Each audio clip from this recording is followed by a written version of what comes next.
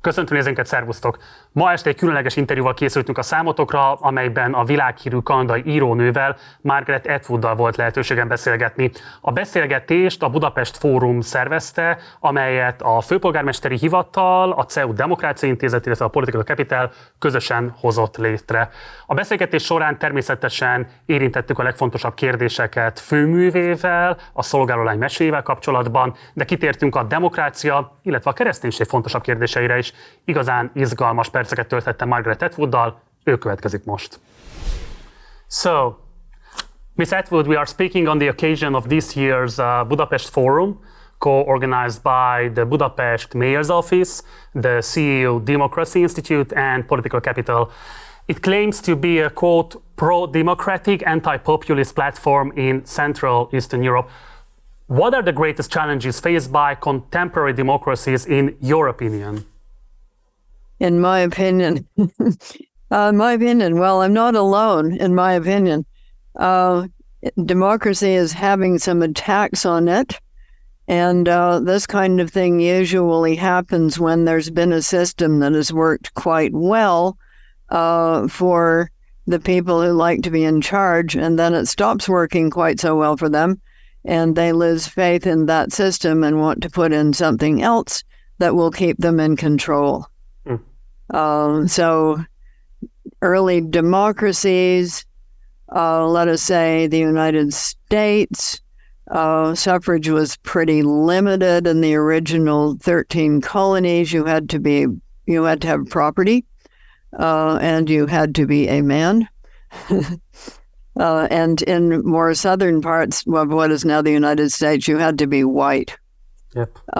So as populations change and transition, some of those people who were formerly excluded, let's just start with women, get the vote. And then they vote for things that they would like. Trouble. So yes, I think that's happened. And the other thing that can happen is that the financial structure becomes top heavy. Yep.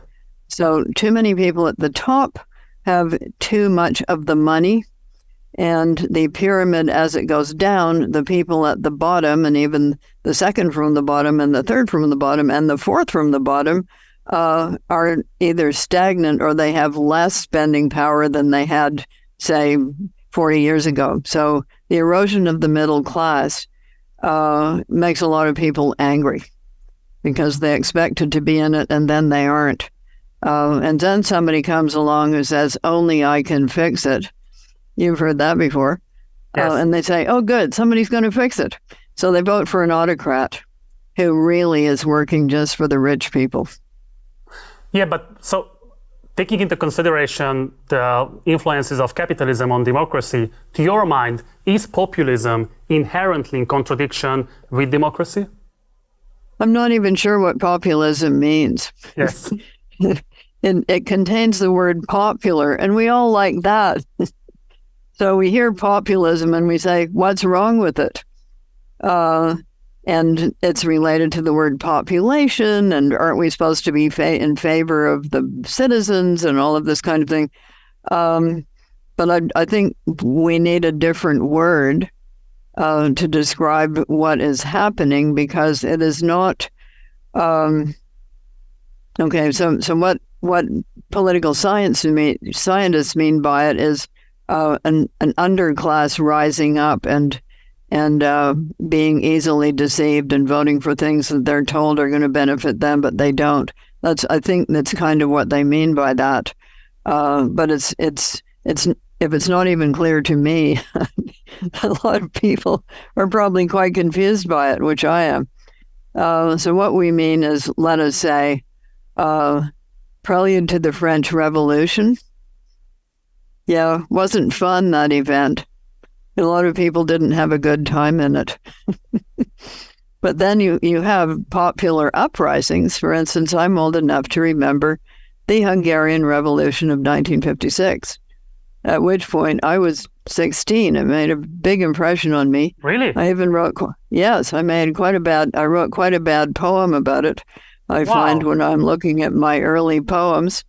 Did you ever publish that poem? Of course not.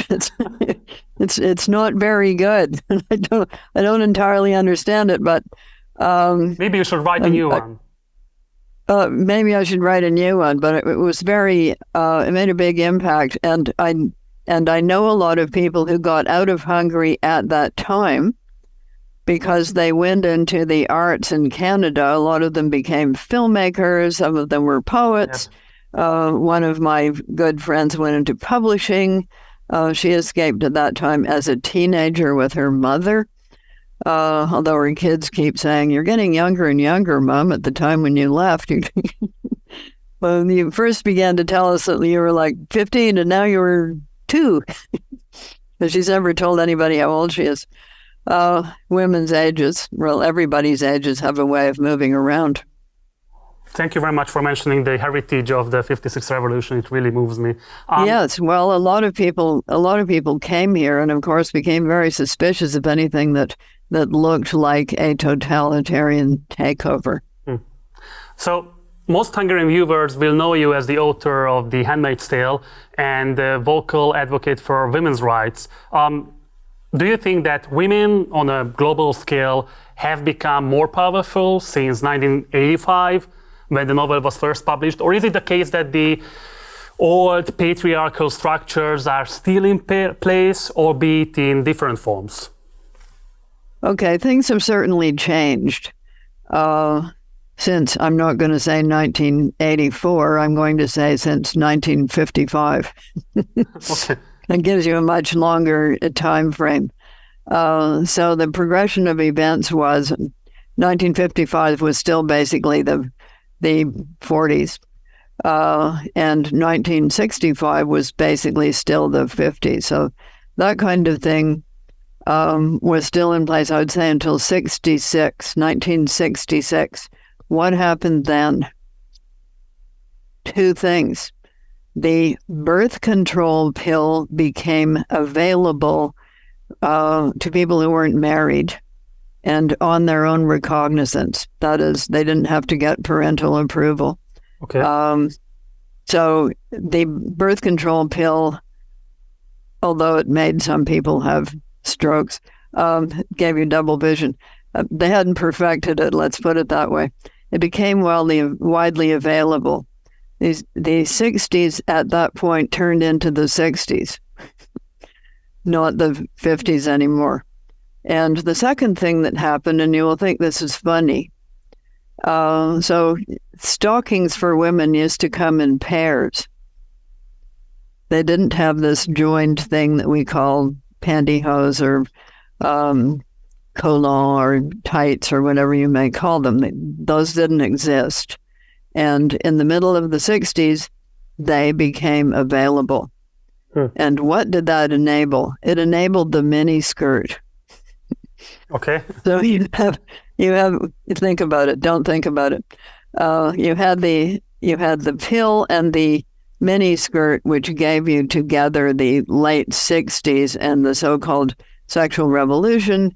And that then coincided almost immediately with second wave women's movement becoming public and widely known about. It hit the media, in other words. Okay. So the 70s was a decade in which there were a lot of law changes. A lot of changes happened to the law. You could get a credit card without your husband's permission, just for instance. Ownership of property changed. Yeah, a lot more independent things like that. And then in 1980, Ronald Reagan gets elected, and there is a pushback. And that pushback has continued really until now. So that's when the religious right became organized as a political force in the United States. And that is when I started writing The Handmaid's Tale. Because if you had any knowledge of American history and politics over the years, you could see where this was going. Wow. Okay, let's talk about The Handmaid's Tale, because it is one of the most frequently banned books in the world. Congratulations on that. Although in Hungary we have not reached such a point. However, a couple of weeks ago, a bookstore was fined for distributing so-called pro-LGBT propaganda. Since then, bookstores have begun to wrap up pro-LGBT works so that young people cannot read them in store before purchasing. Okay, really this is back to the old days of... Yeah, it's the old days of pornography. That's what they used to do to pornography. Yeah, something like that. But do you think that book banning and the like is merely a culture war tactic, or is it about something more? It's about controlling who can say what. Okay? And let us say that this can happen on both sides of the political spectrum, just depending on who is in power at the time. Mm-hmm. So there was a lot of censorship under the former Soviet Union, as we know. And we know that people were smuggling out their samizdat works and they would get published in the West, or you would go to a place like Poland and people would say, do you want to read some samizdat? You know, we've got some under the counter. But so things were circulating, but not publicly, because authoritarian regimes want to control who is saying what. So who is allowed to say what, who is permitted to say what can be said. In the Victorian age, it was about sex. So that's why the artists, were, strike a blow for freedom, publish Lady Chatterley's Lover, like that. Or say Tropic of Cancer, or, something with sex in it. It's not that Victorian literature didn't have sex in it, but it was all happening in the shrubbery. Yep. Like if you were a teenager, you could get quite confused by that, which I was. What just happened? I don't know. Something happened, like that. So the big push was to get sex on the page. So they did that with kind of mixed results. All of these things have mixed results. And swearing, what kind of swearing you can have, big fights over that. And now we just have wall-to-wall swearing. It's getting very boring, quite frankly. People used to be more inventive about their swearing. And by the way, I'm told that Hungarian has the biggest vocabulary of swear words in the world. Yeah, that's by our those fame. Who know. Is that true? I cannot confirm that, but yeah, there should be. But you think so? Yes. Yeah. Yes, I try to get my friends to translate some of these things for me, and they really sound quite complex. Yes. A lot of them involve horses and the plague, I'm told. Is that true? Yeah, I can confirm that. Yeah. Oh, thank you. Well, they're not lying to me anyway. So then it has switched, and you can do all this swearing and sex, but there are a lot of other things that apparently have become forbidden. And once you start forbidding, it just becomes a question of who can forbid what. So it's not a question of nobody forbids anything. Somebody's always forbidding something. And then it becomes a question of how much state power is involved. Wow. Because once state power is involved, there's a political agenda, not just a politeness agenda. Polite people don't say that. It goes way beyond that and into the area where you can destroy your political opponents by accusing them of having said the wrong thing. Okay. And a lot of that was going on during the Stalin purges. If you look at the films of the show trials, a lot of people didn't even know what they were supposed to have done. Yep. They knew they were guilty, but they didn't know what for. What were they supposed to be confessing to? And during the Cultural Revolution in China, you could get denounced just for a few words, of the wrong thing. You said the wrong thing. And once you start with that, of course, it's open season. So what is the answer? That everybody should be allowed to say everything? That's never been true. Yeah. And if not, who is allowed to say what? So the First Amendment in the United States was originally, you shouldn't be jailed or executed by your own government for saying something that they found politically offensive, unless it was treason or sedition. Wow. Okay? And that's now been extended to First Amendment rights. You ought to be able to say anything you like, but there's always been limits to that. It's called libel law. No, that varies from country to country. Wow. So this is going to be a battleground for a while. But what you really don't want is a government in which the judiciary and the executive branch are the same. Wow. Or the judiciary is just a wing of the executive branch, because that's when you get a lot of very perverted justice. I would really like to expand on this topic, but unfortunately we don't have that much time. So let's jump on artificial intelligence, because that's a key issue of the day. So, artificial intelligence. Yeah.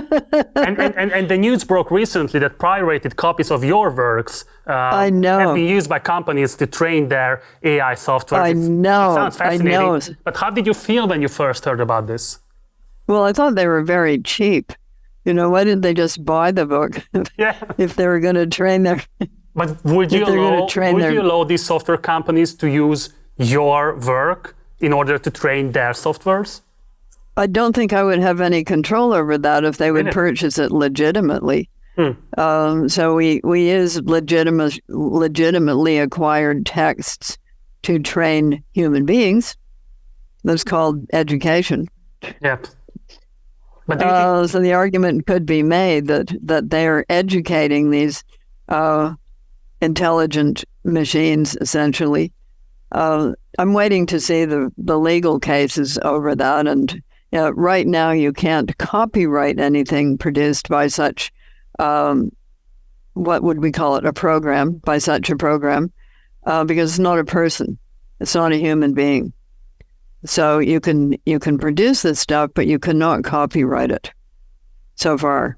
But do you think there is any way to protect writers and societies at large from the risks associated with these new technologies?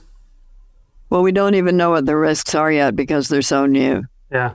And if it were science fiction writers going to town on it, you would get something like 2001, in which Hal, the computer, decides to kill all the human beings because he just doesn't feel they're necessary. So these are the kinds of things that haunt people's nightmares. Haunting their dreams are, think of the medical breakthroughs we can do, think of the amazing calculations that can be made. But artistic verbal artifacts so far seem to be beyond these machines. We tried some examples. They're terrible writers. They can't even do punctuation properly. And one of the reasons, of course, is that they've been trained on a huge amount of verbal output, some of which is quite faulty, and some of which is factually incorrect. So you can't even depend on them to tell the truth. Okay. You're still going to need human fact checkers, researchers, and copy editors, because these things can't write very well. And I know our time's up, so here is my very last question. Thank you very much for your patience. If you had the chance to sit down with Viktor Orbán, the right-wing Trump supporter, Hungarian prime minister, what issues would you raise to him? Which causes would you bring to his attention? I would bring to his attention people's definition of Christianity. And there's a new book coming out on that by Jim Willis. I'm going to be tweeting about it probably today, Jim Willis. And he was associated for years with a movement called Sojourners in the United States, which is a Christian organization. And he is standing up for the fact that a lot of these people who say that they're talking, renewal of Christianity, are not Christian. They aren't paying any attention whatsoever to the supposed core belief of Christianity, including the key statements of Christ himself. And that would include loving your neighbor and doing unto others as you would wish them to do unto you. Just essential golden rule things like that. Lord's Prayer stuff, they're not paying any attention to that. So it's Christianity without Christ, which isn't Christianity. And we could go on for some time about that, but I'd be willing to take him on that one. Okay. If you're not loving your neighbor, whoever that neighbor may be, you are not following the teachings of Christ himself. And I propose to him the parable of the Good Samaritan. That's a good place to start. Absolutely. Sharp and strong words. Thank you very much, Margaret Atwood, for your time, and thank you very much for joining us. Take care. Thank you. I hope I didn't get you into too much trouble. Absolutely not. No, I loved this conversation with you. Thank you very much for the chance. Okay. Thank you. Bye-bye. Take care. Ez volt a beszélgetésem Margaret Atwooddal, remélem ti is legalább annyira élveztétek, mint én. Ha még nem iratkoztatok volna fel a csatornára, kérlek, hogy mindenképpen tegyétek meg. Ha pedig lehetőségetekben, akkor kérlek, hogy szálljatok be a finanszírozásunkba. Ehhez minden információt megtaláltok a leírásban. Ha van bármilyen visszajelzésetek az elhangzottakkal kapcsolatban, akkor várok benneteket a komment szekcióban. Egyébként meg köszönöm a figyelmeteket munkatársaim nevében. Hamarosan találkozunk. Addig is. Ciao.